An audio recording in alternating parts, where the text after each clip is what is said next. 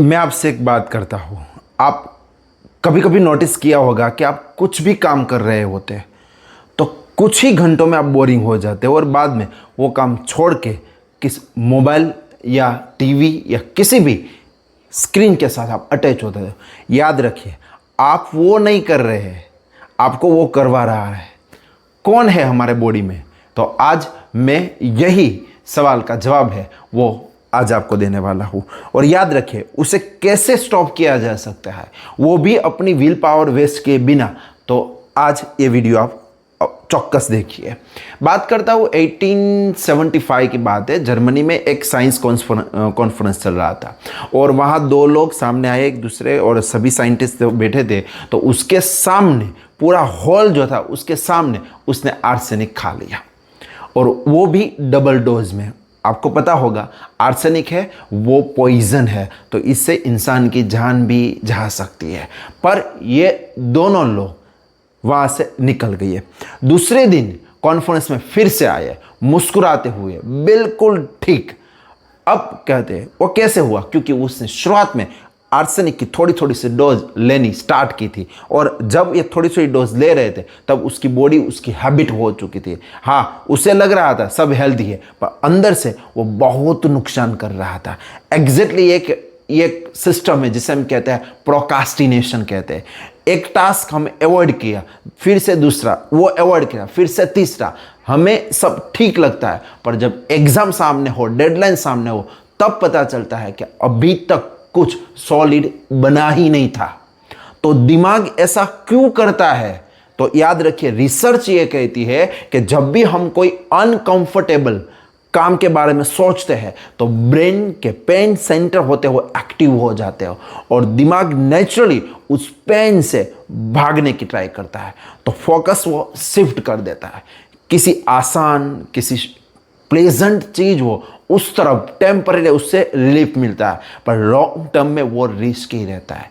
और इसलिए प्रोकास्टिनेशन है वो एक एडिक्शन की तरह काम करता है। वो एक्साइटमेंट उससे मिलती है, पर कुछ मिनटों के लिए रिलीफ मिलता है बोरिंग चीज से, पर कुछ पल के लिए। अब याद रखो, हम वो छोड़ते वक्त खुद को कुछ स्टोरी सुनाते हैं, जैसे मैं सब्जेक्ट में मुझे अच्छा नहीं आ रहा है, अगर मैं अभी पढ़ूंगा तो भूल जाऊंगा, मैं थोड़ी देर बाद पढ़ूंगा। ये सब जो अनलॉजिकल एक्सक्यूज है, पर ब्रेन उसी वक्त नहीं सोचता, ब्रेन ऐसा ही सोचता है, ये बिल्कुल लॉजिकल है। तो इसे अब हमें चेंज करना है, तो कैसे करते? तो पहले ये समझो, प्रोकास्टिनेशन जो है वो एक हैबिट है, और हैबिट को चेंज करने के लिए विल पावर नहीं चाहिए। विल पावर तो एक लिमिटेड है, ये जल्दी खत्म हो जाता है। जो चाहिए वो है हैबिट कैसे बनती है, उस स्ट्रक्चर को आप समझना। हर हैबिट के कुछ पहलू होते हैं। उसमें पहला होता है उसका सिग्नल होता है, जो ट्रिगर के फॉर्म में काम है। तुम्हें ऑटोमेटिकली एक मोड में वो भेज देता है, जो लोकेशन हो सकता है, टाइम हो सकती है, कोई फीलिंग हो सकती है, या फिर किसी का मैसेज भी हो सकता है। दूसरा है वो रूटीन बन जाता है। सिग्नल मिलते ही ब्रेन ऑटोमेटिकली वो रिस्पॉन्स में चला जाता है, और ये तुम्हें ज़ॉम्बी मोड जिसे कहते हैं कंफर्ट जोन, वहाँ बिना सोचे ऑटोमेटिकली वो ज़ॉम्बी मोड ने काम करना स्टार्ट करता है।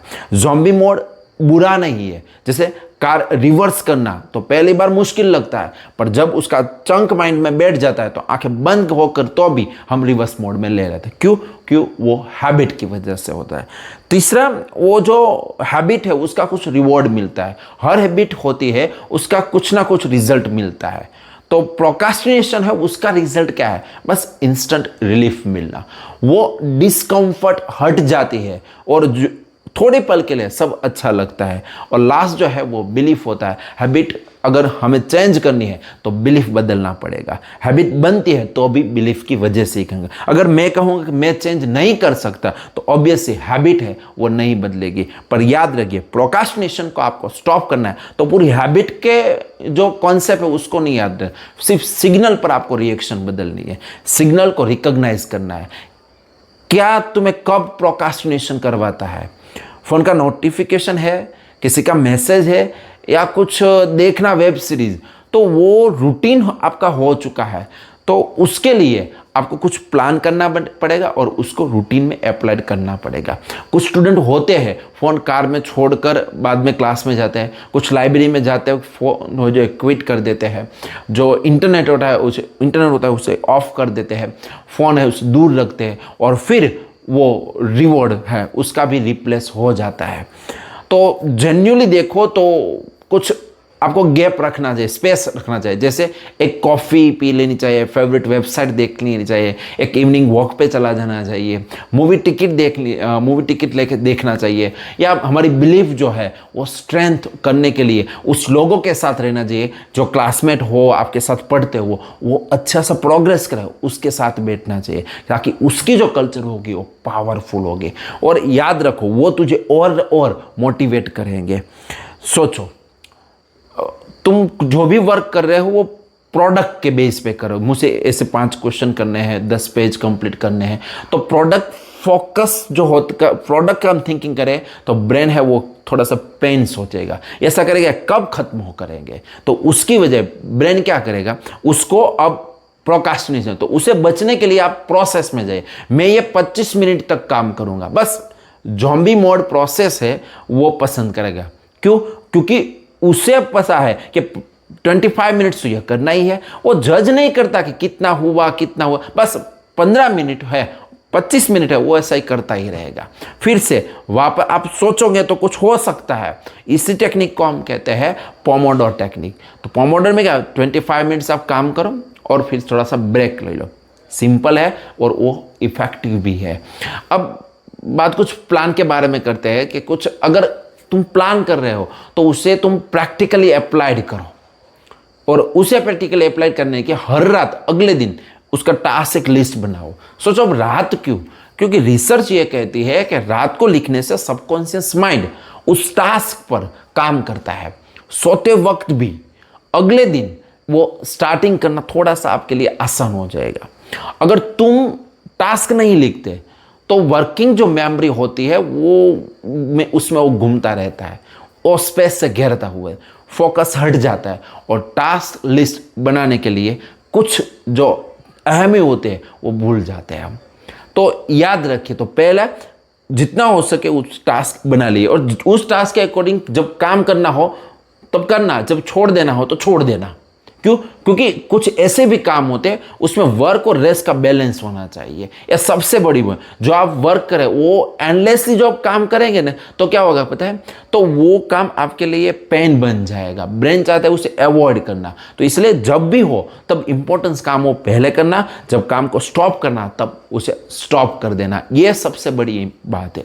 याद रखो, अगर तुम्हें कुछ याद रखना हो तो उसके लिए विजुअल इमेज होती है, बहुत बड़ी होती है। तो तुम विजुअल इमेज है उसका एक याद रखो। हमारे जो एंसेस्टर थे वो यही मेथड का यूज़ कर रहे हैं। सोचो आप कुछ किसी के घर गए तो ऑब्वियसली उसका हर एक फर्नीचर थोड़ी मिनट में आप याद रखेंगे। क्यों? क्योंकि आपकी जो है वो आपके लिए थोड़े पल के लिए रूटीन बन चुका होता। हमारे जो एंसेस्टर्स वो कहीं भी जा रहे थे तो वो रास्ता नहीं, उसकी इमेज है, उसके बेस पे वो याद रखते थे।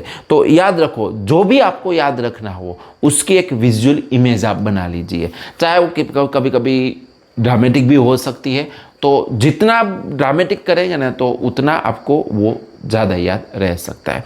उसे सिर्फ देखो मत, कभी फील करो, कभी स्मेल करो, तो उससे ज़्यादा सेंस बनेगी, उससे हमारी जो न्यूरल्स होते हैं वो हुक भी ज़्यादा बनेगी।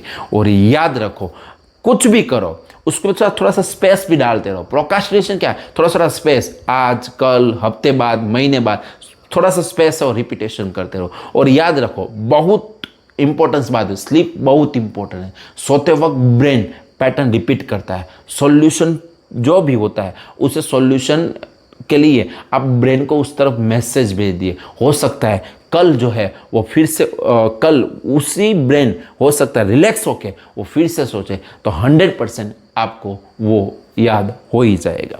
तो याद रखिए कि जो हमारी मेमोरी है उस मेमोरी में शॉर्ट मेमोरी होती है और लॉन्ग मेमोरी होती है। दो तरह के होते हैं। कुछ कभी कभी कोई स्टूडेंट है उसे सेंटेंस कुछ याद रखने हो, कार्पेल्स के हो या फिर क्रेनियल के बोन है, तो वो इमेज बना के याद रखते हैं ताकि वो पहले से शॉर्ट मेमोरी में रिपीट करे तो लॉन्ग मेमोरी में वो कन्वर्ट हो जाता है। तो इसलिए जब भी आप याद रखिए तो वो इमेज बनाकर याद रखने की ट्राई करें, क्योंकि फेमिलियर हो जाएगा, और फेमिलियर हो जाएगा तो उसकी वजह से हो सकता है वो रिपीटेशन करते रहेंगे तो फैमिली है वो लॉन्ग टर्म में कन्वर्ट हो जाएगी।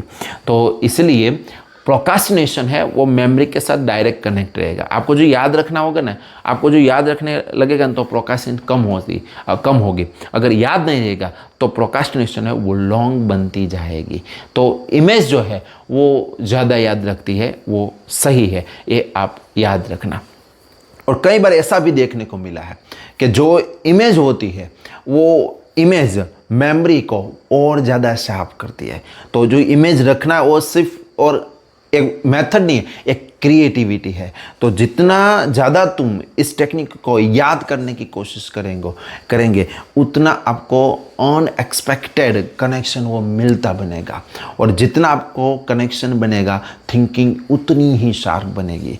तो फाइनली मैं कहता हूँ प्रोक्रास्टिनेशन है वो कोई कैरेक्टर फ्लॉ नहीं है, ये ब्रेन का एक ऑटोमेटिक रिस्पॉन्स है, और इसे चेंज किया जा सकता है। याद रखो, विल पावर से तो नहीं कर सकते, बल्कि कुछ हैबिट है, उस हैबिट के स्ट्रक्चर को समझकर, उसे सिग्नल को पहचान के, रूटीन उसका यूज़ करके, उससे उसका रिवॉर्ड रिप्लेस करके, उस प्रोडक्ट को छोड़ के प्रोसेस पर फोकस रखें, रात को प्लान बनाए, और सबसे बड़ा जो मुश्किल काम हो सबसे पहले करें, और सोने से पहले उस काम को रिपीटेशन करते हैं। क्रैमिंग थोड़ी सी भी नहीं करनी है, सिर्फ ये आइडिया है, वो आइडिया आपको एक्सपेरिमेंट में लाना है, और आप एक्सपेरिमेंट में लाओ, बाद में मुझे नोट करके, मैसेज करके, कमेंट करके कहो कि क्या प्रोक्रास्टिनेशन है वो आपसे दूर हुआ है, यस या नो। अगर ये बात प्रोक्रास्टिनेशन की आपको सही लग रही है तो कमेंट करना, और इस वीडियो को ज़्यादा से ज़्यादा इंसान के साथ शेयर करना, ताकि उसका जो प्रोक्रास्टिनेशन है वो बंद हो जाए। Thank you very much.